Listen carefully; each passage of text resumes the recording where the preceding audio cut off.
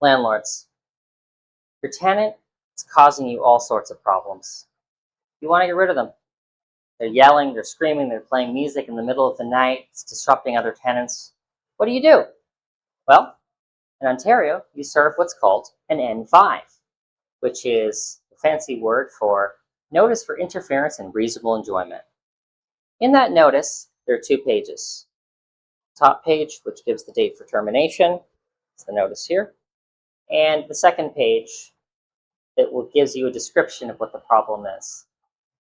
So, as a landlord, you think to yourself, this is easy. I don't need somebody to help me fill this out. So you write down a simple sentence. Tenant A told me on January 1st at 4 o'clock in the afternoon that tenant B was causing me all sorts of problems. Here's the sentence. You think to yourself, great. You serve the notice, send it off. You get to the landlord and tenant board, and the member asks a really simple question. When did the disturbance happen? You look at the sentence again, and you say, well, it's right there. I was told on January 1st at 4 o'clock about the disturbance. And the member again says, yes, but when did the disturbance happen? All I know is when you were told that it happened, not when it happened. And the light goes on. Grammar. Grammar matters. Because there's a difference between I was told on January 1st at 2 o'clock that a bad thing has happened. Then a tenant told me that a bad thing happened to them on January 1st at 4 o'clock.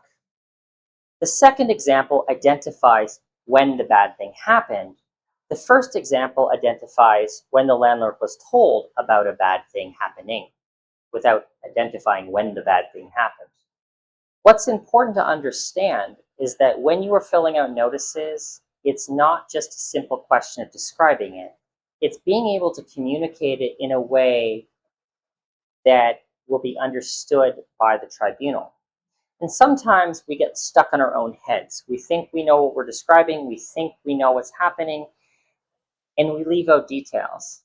And that's the reason why applications get dismissed, because we miss details. So I want to encourage each and every landlord out there that if you're going to do a notice of termination, you should absolutely take advantage of a 30-minute free consultation with either someone like ourselves here at Riverview Legal Group or really any licensed paralegal and discuss what your options are.